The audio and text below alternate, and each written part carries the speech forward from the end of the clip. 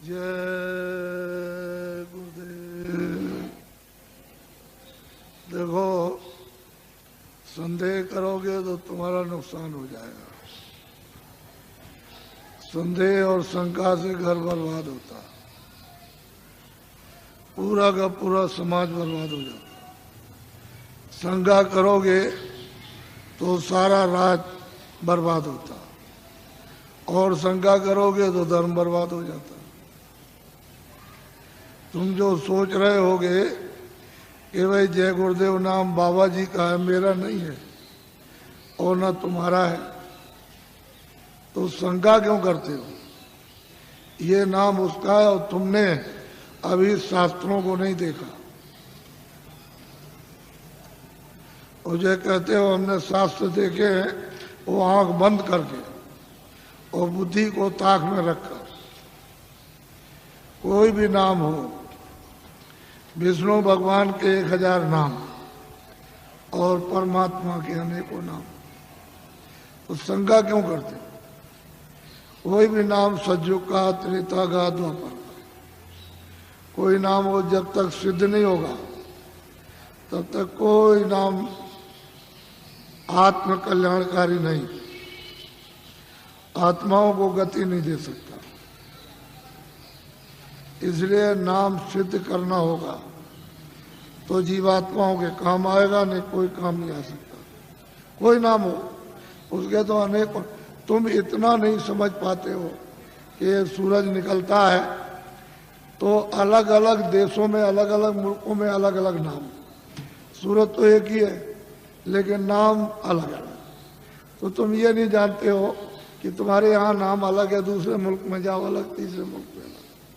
तो परमात्मा का क्यों नहीं समझते हो कि उसके अनेकों नाम है?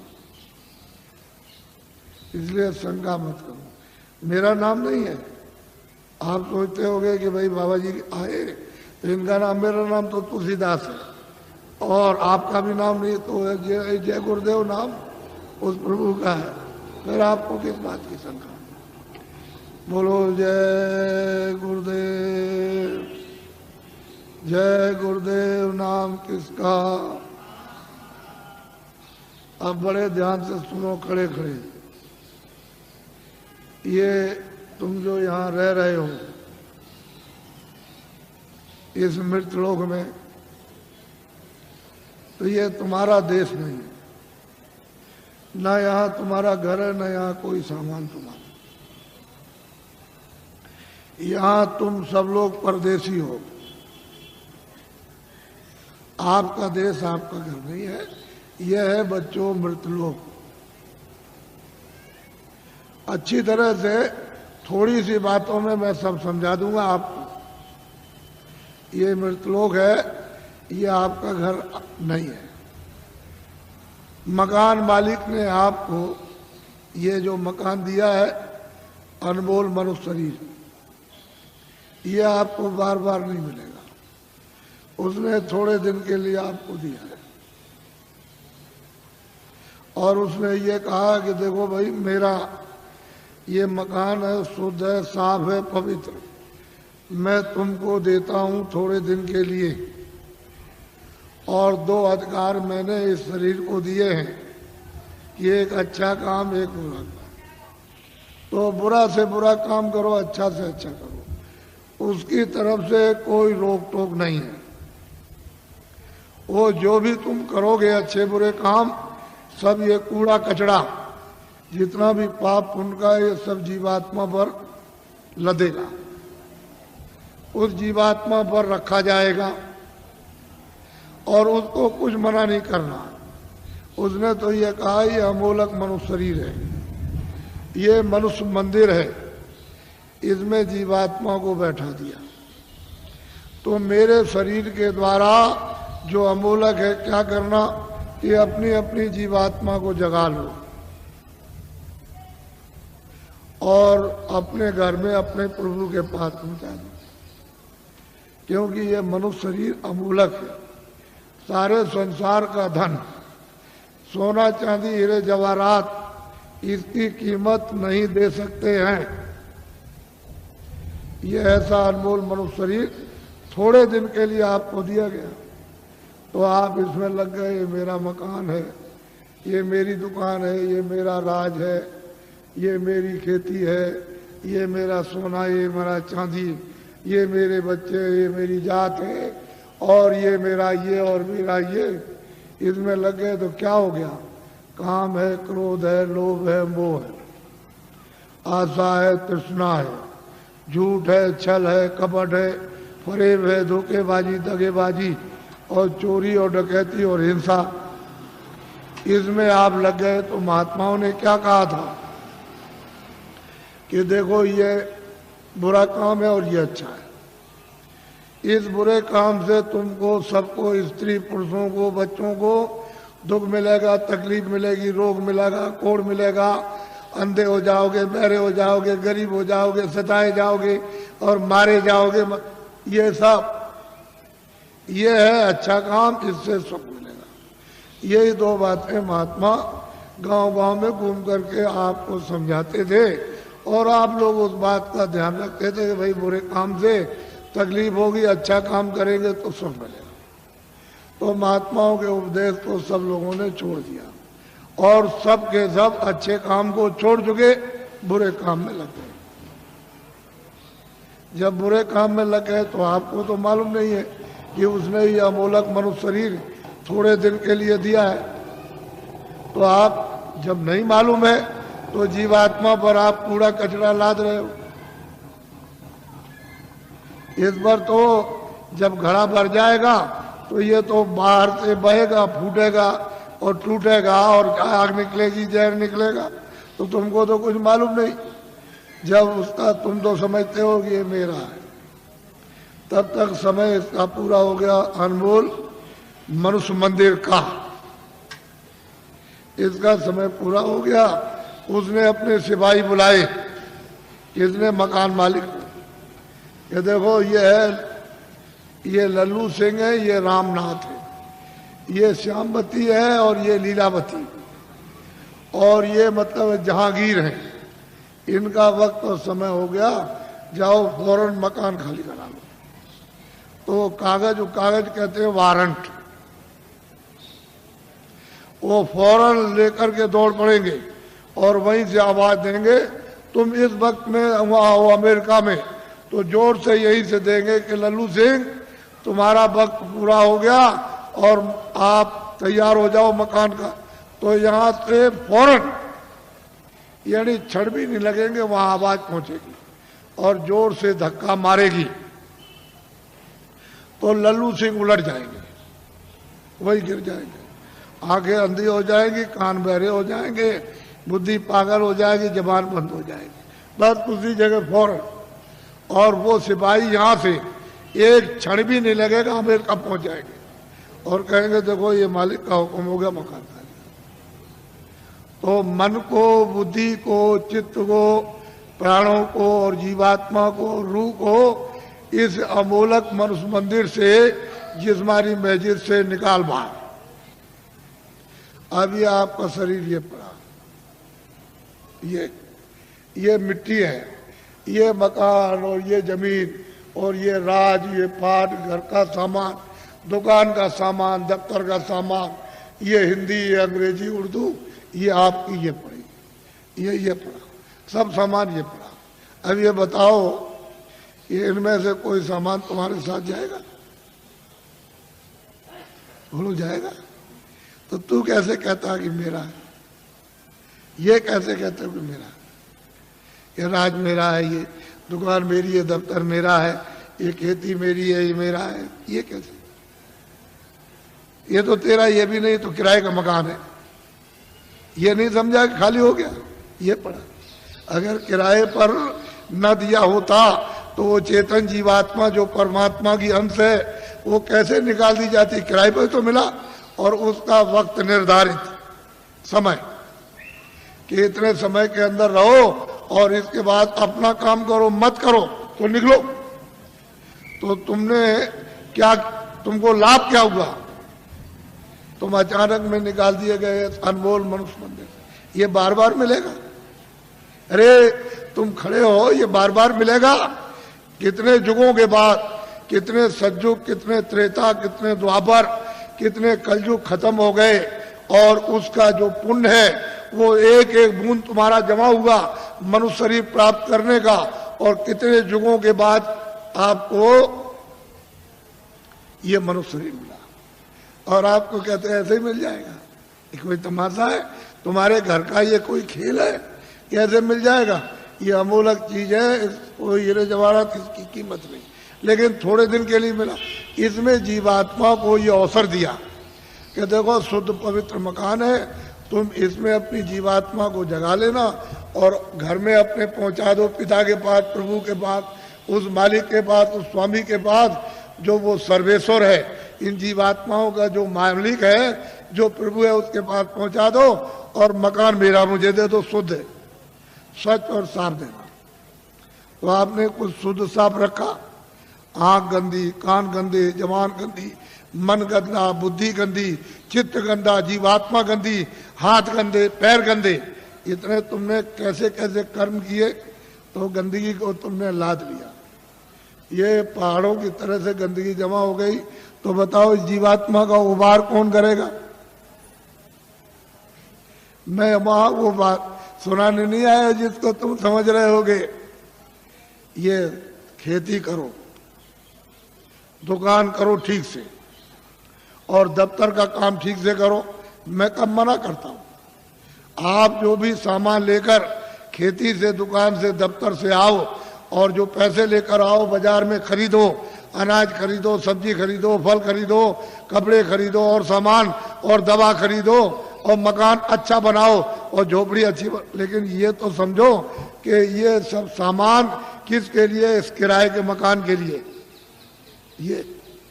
ये पंच भौतिक शरीर है, इसके लिए आपको दिया कि कपड़े दो, खाना दो, दवा दो, इसको निरोगी रखो, यानी रोग ना होने दो। ये आपको बताया, ये आपको बता रहा हूं कि ये सामान सब इसका है, तो आप लाख जोड़ो, करोड़ जोड़ो, अरब खरब रखो, लेकिन ये तो समझो कम से कम कि ये इसका है, इसमें जीवात्मा का रत्ती भर भी नहीं, ये समझ। तो जब ये खाली हो जाएगा तो ये पड़ा और ये पड़ा, न ये इसके काम और न ये इसके काम। तो फैसला है, तुमको जो होना है वही तुमको बता देता हूं। तुमने घर में जरा भी ध्यान नहीं दिया। तुम हिंदू हो, मुसलमान हो, सिख, ईसाई हो, कि तुम्हारे घर में बच्चा बच्ची पैदा होता है मखमल पहन के आता, रेशम पहन के आता है? क्या कोई सोना चांदी लेकर आता है? यह जमीन और मकान नंगा आता और रोता हुआ? तो तुमको सबको ये देखना चाहिए भाई कुछ लेकर नहीं आया, ये तो खा लिया।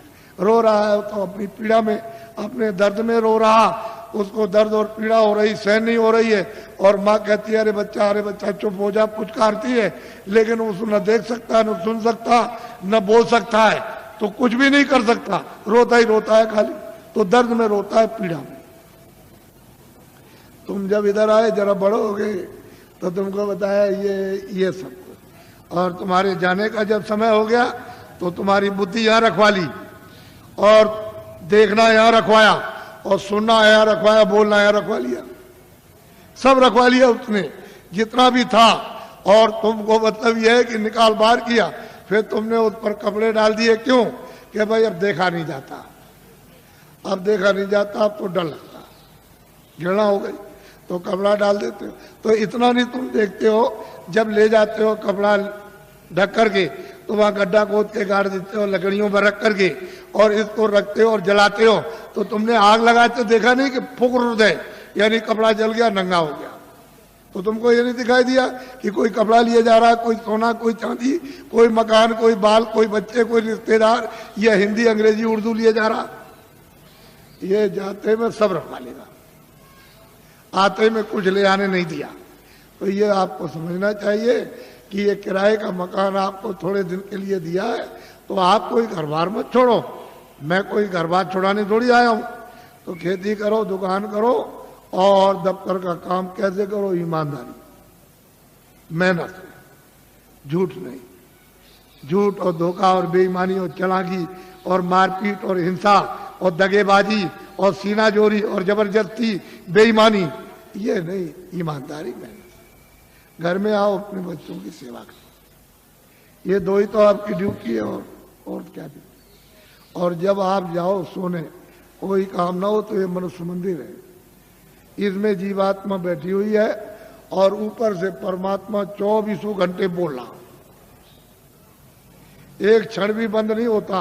24 घंटे उसका कथा कीर्तन आरती 24 घंटे हो रही है, और तुम्हारे कानों तक आवाज दे रहा कि तू मेरी आवाज को सुन ले, और मेरी आवाज को सुनकर पकड़ के मेरे पास चला। तो तुम कभी सुना? कूड़ा कचरा लाद लिया इस पर। तो मैं तुमको जरा बताता हूं, ये तो बहुत से डॉक्टर हैं यहाँ, और आप पढ़े लिखे हो, विद्वान, आप जानते हो कि जीवात्मा कहाँ है इस शरीर में? तुमको मालूम? ये जो मिट्टी पड़ी है उसका एक बालू का कण, एक जर्रा उसके लाख टुकड़े कर दिए जाए, उससे भी वो छोटी है, और इस शरीर में बंद है। तो किसी ने एक्सरे में, किसी ने आले में बताया? कहीं नहीं पता चलता। सब लोग आला खींचते हैं कि इसमें कौन है, कौन निकल गया और कौन डाला गया, लेकिन कहीं कुछ नहीं। तो मैं तुमको बताता हूँ, तुम तो मतलब ये है कि मेरी बात पढ़े लिखे अनपढ़ सब सुनो। देखो ये मनुष्य शरीर, बच्चा पीछे हो जाओ, इधर पीछे मत खींचना नहीं फोटो को, ये सत्संग हो रहा है नहीं, आप कुछ मत करो। ये फोटो किस लिए खींच रहे हो? अभी मत खींचो। देखो मेरी तरफ, ये अनमोल मनुष्य शरीर है, ये मनुष्य मंदिर है, इसमें 24 घंटे देववाणी, आकाशवाणी, आसमानी आवाज, कलमा और आयतें हो रही हैं। मैं तुमको इधर बताता हूं, देखो इधर, ये जीवात्मा न इधर है न इस तरफ है, न ये इधर बैठी हुई न इधर, और न इस तरफ है, यानी इधर नीचे कहीं नहीं। अब मेरी तरफ देखो, ये दोनों आंखें बीचों बीच में, ये जीवात्मा दोनों आंखों के मध्य में, दरमियान में ये बैठी हुई। यहां उस जीवात्मा में एक आंख है, वो तीसरी आंख, तीसरा नेत्र, और शरीर में दो आंखें। कितनी आंख हुई? बोलो, जोर से बोला करो ताकि समझ में आ जाए। 3 आंखें हो गई। देखो इधर, ये जीवात्मा दोनों आंखों के बीचों बीच बैठी हुई है। उस जीवात्मा में एक कान है और शरीर में 2 कान। कितने कान हुए? 3 कान पे। अब तुम समझ लोगे तो जल्दी आ जाएगा। ये जीवात्मा बैठी हुई है दोनों आंखों के बीचों बीच। उस जीवात्मा में एक नाक है और शरीर में 2 नाक। कितनी नाक हुई? 3 हो गई। तुमको कभी किसी ने बताया कि 3 आंख है, 3 कान है, 3 नाक है? कोई बताने वाला तुमको मिला? पहले सोचो इस बात के लिए। तो इधर देखो, ये 2 आंख, 2 कान, 2 नाक, ये तो शरीर में। ये बाहर का काम करते हैं, सुनने का और देखने का और सूंघने का। अब जो अंदर में जीवात्मा जो बैठी है, उसमें एक कान है, एक आंख है और एक नाक है। तो इस आकाश के ऊपर सुनने का काम करेगी, देखने का और सूंघने का। तो तुमने कभी शास्त्रों में कि स्वर्ग की और बैकुंठ की बहती कितनी सुगंधी है, तुमने कभी सुना? तो ये नाक सूंघेगी, वहां कितनी सुंदरता है, यानी कितनी वहां खूबसूरती है, तो ये आंख देखेगी ये बाहर की। तुमने कभी किसी से पूछा? और तुमने कभी रामायण है, गीता है, कभी शास्त्रों को तुमने ध्यान से पढ़ा? उन महात्माओं ने तो देखा था, उन्होंने तो तीसरी आंख, तीसरा कान उन्होंने खोला था। इन आत्माओं की जमीन जो ये दोनों आंखों के बीचों बीच बैठी हुई है, तो इधर देखो ये डंडा है, ये पूरा डंडा, पूरा का पूरा। इधर देखो, जब 2 आंखें ये खुलती हैं तो आप देखते हो कि आसमान ऊपर और जमीन नीचे। तो शरीर की जमीन तो ये नीचे है और शरीर का आसमान ऊपर।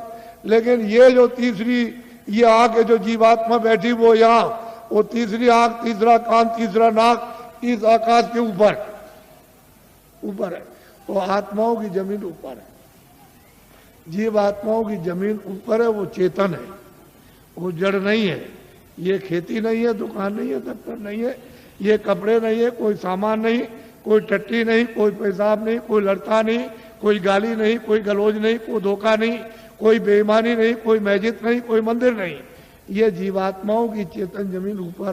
तो तुमने कभी किसी से पूछा कि महात्मा नाम किसका है, योगी किसको कहते हैं, क्यों योगी कहा जाता, क्यों महात्मा कहा जाता, क्यों महापुरुष कहा, ये तो आपने कभी पूछा नहीं। भाई इसमें लगे हुए झूठ चल कपट फरे हुए धोखे बेईमानी में, तो इसमें आपको क्या मिला, क्या मिल गया, ये यहाँ क्या मिला?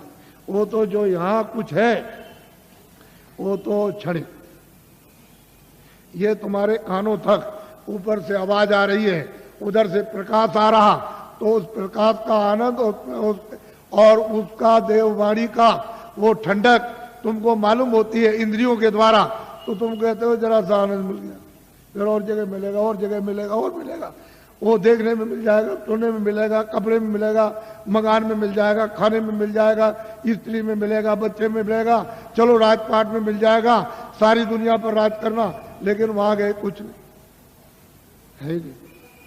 अरे ये मृत लोग हैं, ये भूल भुलैया है, रास्ते से आए थे रास्ता छोड़ दिया, आंखें बंद हो गई, कान बंद हो गए, सब बंद हो गया, रास्ता भूल गए, अब वापस जाने का कोई रास्ता नहीं। तुमको तो मालूम नहीं कि एक ही रास्ता जीवात्माओं के आने का शरीर में और वापस अपने घर में जाने का एक ही रास्ता, दूसरा कोई रास्ता ही नहीं। और तुम यहाँ भटक गए, चलो वहां चले और वहां चले, उधर चले, तो इस अंधेरे में ये सब अंधकार है। उधर तो सूरज निकलता नहीं, उधर सूरज डूबता नहीं, उधर तारे नहीं है, इस तरह के उधर चांद नहीं है। तो तुमने कभी पूछा किसी से कि रामायण में क्या लिखा? रामायण में जो उन्होंने प्राप्त किया वो तो उन्होंने लिखा, गोस्वामी जी ने, तुलसीदास जी ने, और आप रामायण पढ़ते हो तो आपने क्या देखा, आपकी समझ में क्या है, क्या लिखा? इसलिए महात्माओं की बारी आपकी समझ में नहीं आ सकती। तभी तो अर्थ का अनर्थ हो गया, और धर्म का अधर्म हो गया, और कर्म का अकर्म हो गया, और सत्य का असत्य हो गया, और न्याय का अन्याय हो गया, और प्रेम का दुश्मनी हो गई घर घर में। तो बताओ, मैं तो तुमको अमूलक चीज देने आया था, लेकिन अब यह है कि थोड़ी बारिश हो गई तो ये जमीन अमीन भीग गई, तो आप समझते हो हमारे कपड़े गंदे हो जा रहे। कपड़े तो बच्चा गंदे होते ही हैं और होंगे ही, लेकिन जो जीवात्मा जो कितने जन्मों से गंदी हो गई, कभी तुम इसकी सफाई करके इसको आजाद स्वतंत्र कभी करोगे? कभी तुमको ये मौका मिलेगा? ये तो समय निकला जा रहा, अभी बस समय खत्म हो रहा, बहुत तो समय चला गया आपका, बहुत बरस आपके निकल गए, अब ये थोड़े से रह गए, वो भी निकलने वाला, बस फौरन वारंट अभी कटता है और तुमको निकाल देगा। बस साल सुई की नोक और बालू का एक कण एक जर्रा जाने वाला है, एक किराए का मकान है। तो अमूलक चीज, ये अनमोल मनुष्य मंदिर में ये जीवात्माओं का अमूलक धन, तो तुमने ये तो कभी सोचा नहीं कि भाई हमने जीवात्मा के लिए अभी तक क्या इकट्ठा किया, उसके लिए कौन सा धन कमा के रखा कि जब तुम यहाँ से जाने लगोगे तो जीवात्मा की रक्षा हिफाजत होगी। उधर तो कोई मदद करेगा नहीं, उधर तो इधर से निकालेगा, और उधर उसने हिसाब कर दिया कि इनको ले जाओ, इन्होंने बड़े मृत लोक में जाकर बड़े दुष्कर्म और बड़े मतलब बुरे काम और पाप कर्म किए, तो इनको ले जाओ, कुत्ते में बंद करो जाकर के, तो कुत्ते में बंद, कुत्ते से निकाला बिल्ली में बंद, बीच से मिला तो गधे में बंद, गधे से निकाला ऊंट में बंद, तो ऊंट से निकाला किसी पंछी में बंद, तो 4 खाने 84 लज्जोनिया, फिर तुमको ये मनुष्य शरीर किधर मिलेगा? तुम तो ये सब जानते नहीं, तुमको तो ये सब मालूम नहीं, तुमने तो देखा नहीं। इसलिए मैं तुमको अमूलक चीज देने के आया हूं, कुछ आत्म धन चलते चला, जीवात्मा के लिए कुछ आत्म धन, यानी ईश्वरीय खुदाई रूहों को खजाना, उनको कुछ दे दो इस जिस्म में, शरीर में, तो इसका भला हो जाए, नहीं तो ये जा रही है तो दब गई, ये इसको कौन छुड़ाएगा? बिना महापुरुष, बिना जानकार के इसका रास्ता कौन जानता है? कोई नहीं जानता, सब भटके हुए भूले हुए।